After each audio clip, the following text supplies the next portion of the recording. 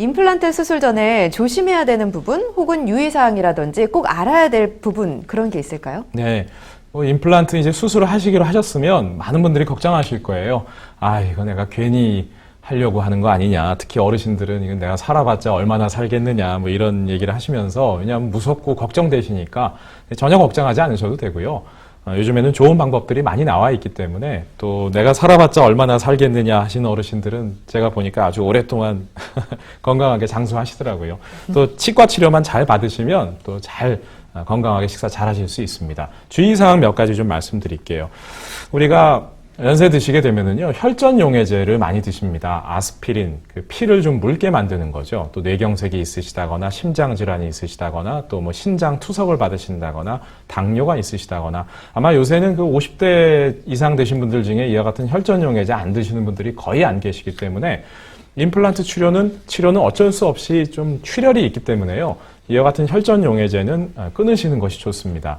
아스피린이나 뭐 쿠어마딘, 와파린 같은 약은 보통 일반적으로 14일 정도는 끊어주시는 것이 좋고요. 최소 14일입니다. 보통 예를 들어서 토요일에 수술하시기로 하셨다면 금요일, 목요일, 수요일, 화요일 정도 해서 적어도 월요일 저녁 정도부터는 끊으시는 게 좋겠고요. 14일 정도 복용 중단하셔야만 임플란트 수술하실 때 과도한 출혈이 있지 않으니까요. 다만 이제 이와 같은 부분들은 이와 같은 혈전용해제를 처방받으신 병원에서 꼭 좀 확인을 하셔야 됩니다. 이 약을 끊으셔서 오히려 혈전이 생겨서 문제가 생길 수도 있기 때문에 그와 같은 부분들은 치과 의사와 또 담당 그 혈전용해제를 처방하셨던 의사와 상의를 해주시는 것이 좋겠고요.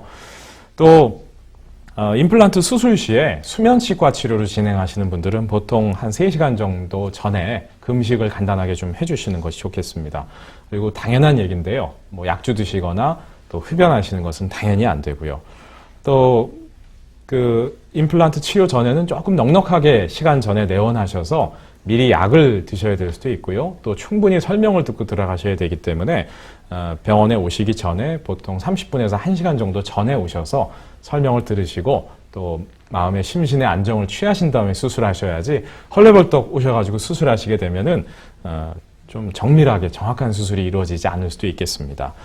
또 그 임플란트 치료 후에는 특히 뭐 수면치과 치료한다거나 하는 경우에는 본인이 운전하시거나 하시는 것은 피해 주시는 것이 좋겠고요. 당연히 보호자분이 따라오셔서 좀 케어를 돌봐주시는 것이 중요하겠고요. 임플란트 수술 하시고 나면은요, 정상적으로 멍이 들거나 붓거나 할 수 있습니다. 특히 혈전용해제 드시는 분들, 또 간이 안 좋으신 분들, 우리가 멍이 드시는 것은 많은 분들 수술한 다음에 멍이 드시면은 수술이 잘못된 거 아니냐 걱정하시는 경우가 있는데요. 전혀 그렇지 않습니다. 우리가 혈전용해제 드시거나 간이 안 좋으시거나 특히 여자분들 같은 게 피부가 얇거나 하시는 분들 같은 경우에는 아무리 봉합을 잘 해놔도요, 피하 출혈이 어쩔 수 없이 있습니다. 우징이라고 해서 피가 날 수밖에 없거든요.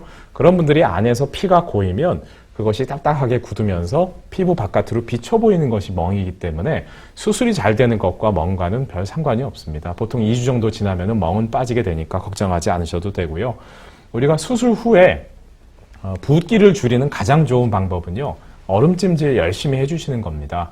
보통 이제 얼음찜질을 그렇다고 너무 자주 오랫동안 해주시면 안 되고요. 보통 한 15분 정도 대고 계시다가 또 얼음 뗐다가 또 같은 간격으로 좀 반복을 수술 후에 한 이틀 정도는 얼음찜질 열심히 해주시면 좋고요. 또 너무 몸 체온을 올리는 것은 좋지 않습니다. 따뜻한 물에 샤워를 한다거나 하게 되면은 많이 부을 수 있으니까요. 이틀 정도만 그렇게 몸 관리를 잘 해주시게 되면은 수술 후에 큰 고생하지 않으시고 또 그 임플란트 치료에 좋은 결과를 낼 수 있을 겁니다.